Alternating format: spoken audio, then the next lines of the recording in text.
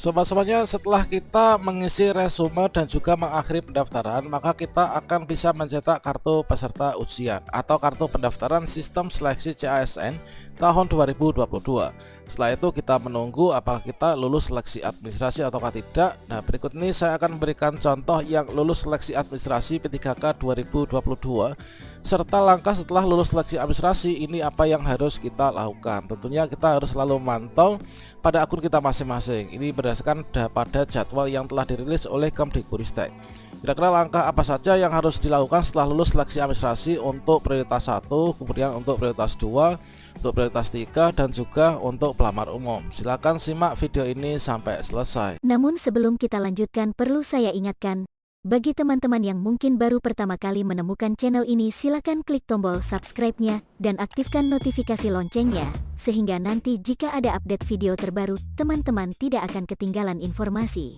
Sobat-sobatnya, di sini yang menjadi syarat utama untuk kita itu guru honorer baik itu P1, P2, P3 maupun juga P4 supaya bisa ikut seleksi administrasi ini kita harus menyelesaikan pendaftaran ya. Nah, menyelesaikan pendaftaran P3K Guru 2022 inilah pada bagian tahap yang keempat, yaitu mengisi resume. Pada bagian itu di sini kita harus klik tombol akhiri pendaftaran. Kalau misalkan kita tidak klik tombol akhiri pendaftaran, maka sama saja kita itu mengundurkan diri ya untuk P1. Dan juga untuk P2, P3 dan pelamar umum ini dianggap kita tidak ikut seleksi P3K Guru 2022. Dikarenakan berkas pendaftaran kita ini tidak akan diterima oleh admin instansi kita untuk diverifikasi berkasnya. Seperti yang telah disampaikan di sini bahwa pada poin yang kelima, yaitu jika sampai saat batas akhir pendaftaran ini tidak mengakhiri pendaftaran, maka pendaftar dianggap gugur dan tidak akan masuk ke tahap verifikasi berkas oleh instansi. Jadi di sini teman-teman, kalau misalkan kita itu gak klik tombol akhir pendaftaran, maka sama halnya kita nggak akan bisa melihat status kelulusan untuk seleksi administrasinya. Dan pastikan di sini kita juga sudah mencetak untuk kartu pendaftarannya ya. Jadi setelah kita klik tombol akhir pendaftaran, kita akan ada dua tombol untuk mencetak kartu informasi akun kembali atau juga mencetak kartu pendaftaran sistem seleksi calon aparatur sipil negara. Pertama-tama tentunya nanti pada tanggal sesuai dengan jadwal ini kita bisa mengecek apakah kita lulus seleksi administrasi atau tidak. Jika di sini kita nanti masuk ya ke sscsnbkn.go.id, kemudian pada halaman ini teman-teman bisa langsung saja klik tombol login.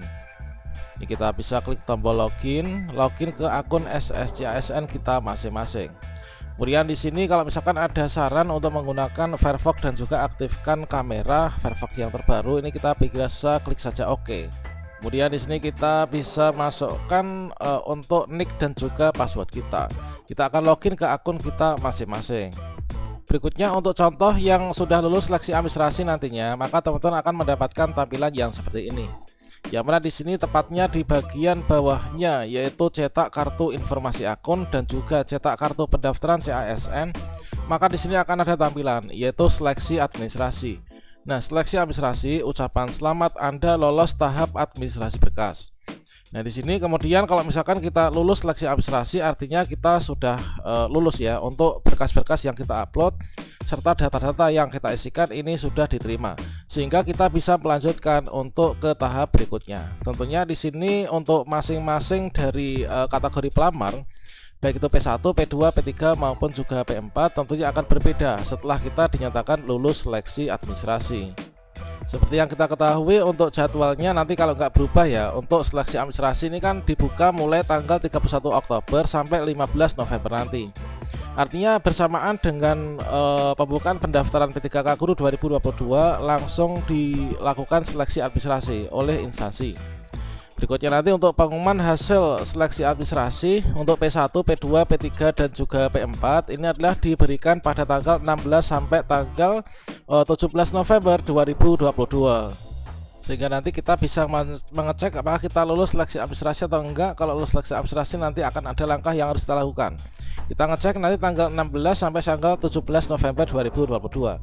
Nah, selanjutnya di sini ada masa sanggah. Ini maksudnya adalah ketika teman-teman tidak lulus seleksi administrasi nanti bisa mengajukan sanggah ya pada tanggal 16 sampai 20 ini. kemudian jawab sanggah. Nah, di sini nanti setelah pengumuman pasca sanggah seleksi administrasi, barulah nanti teman-teman akan muncul tampilan untuk nanti kita itu bisa melanjutkan ke tahap berikutnya, baik itu P1, P2, P3 maupun juga pelamar umum. Nanti kita pantau tanggal 26 November 2022. Nah, sebagai gerbang untuk penentu bisa ikut seleksi tahapan berikutnya, yaitu seleksi kompetensi dan juga penempatan untuk P1. Maka di sini nanti untuk P1, P2, P3 dan juga pelamar umum tentunya perlakuan langkah berikutnya itu berbeda ya setelah kita lulus seleksi administrasi. Nah, seperti yang ada pada tampilan ini, yang mana di sini untuk seleksi administrasi nanti dilakukan ya untuk teman-teman baik itu P1, kemudian P2, kemudian P3 dan juga pelamar umum. Namun untuk P1 ini nanti tidak mengikuti seleksi administrasi, meskipun di sini kita juga diwajibkan untuk mengisi riwayat dan juga melakukan pendaftaran ulang, serta kita harus mengakhiri resume ya. Nah, ini baru-baru ini ada banyak sekali teman-teman yang mendapatkan telepon dari Kemdikbudristek bahwasanya untuk P1 yang sudah mendapatkan penempatan tapi belum meresume atau mengakhiri pendaftaran, ini diminta segera untuk melakukan pengakhiran pendaftaran. Nah, bagi P1 tentunya nanti setelah di pasca sanggah ini nanti akan disampaikan ya, kita itu nanti penempatannya di mana, kita pantau untuk pengumumannya teman-teman. Jadi setelah lulus seleksi administrasi untuk P1 nanti ini dengan menggunakan hasil seleksi di tahun 2021 kemarin tentunya nggak masalah untuk teman-teman yang P1 ya, nanti langsung penempatan. Kemudian untuk yang P2, P3 dan umum, setelah kita lulus seleksi administrasi dan kemudian kita nanti lulus di pasca sanggah, maka di sini nanti langkah berikutnya itu kita untuk yang P2 dan P3 ini mengikuti seleksi observasi ya. Seleksi observasi menggunakan background check.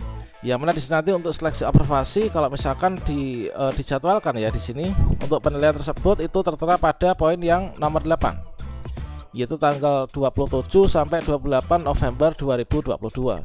Nah, kemudian untuk lanjutannya yaitu penilaian kesesuaian oleh Dinas Pendidikan Kabupaten dan juga BKPSDM ini tanggal 29 November sampai tanggal 3 Desember.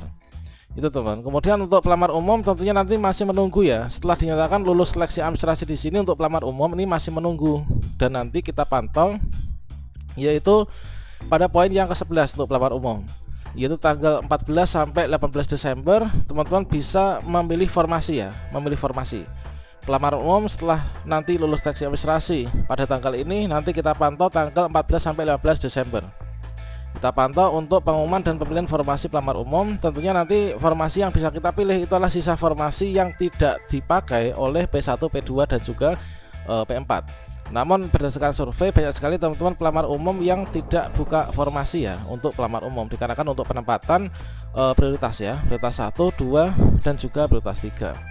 Kemudian nanti di sini setelah kita untuk pelamar umum di sini memilih formasi, maka berikutnya nanti bulan Januari ini tanggal 13 sampai 15 akan muncul yaitu tombol ini teman-teman, yaitu cetak kartu peserta ujian. Nah, kita bisa mencetak kartu peserta ujian itu adalah pada tanggal tersebut. Kemudian pelaksanaan seleksi kompetensi tanggal 16 sampai 21 Januari. Nah, ini adalah langkah teman-teman setelah lulus seleksi administrasi untuk P1, P2, P3 dan juga pelamar umum. Selanjutnya di sini untuk pengumuman akhirnya, pengumuman akhir hasil seleksi untuk P1, P2, P3 dan umum ini bulan Februari ya, tanggal 2 sampai 3 Februari 2023. Masih ada masa sanggah, kemudian jawab sanggah, kemudian pengumuman kelulusannya ini adalah finalnya itu di sini.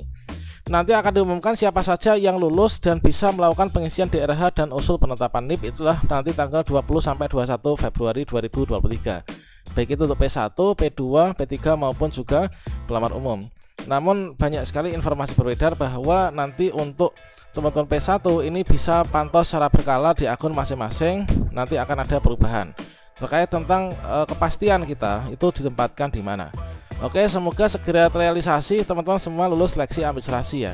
Demikian, wassalamualaikum warahmatullahi wabarakatuh.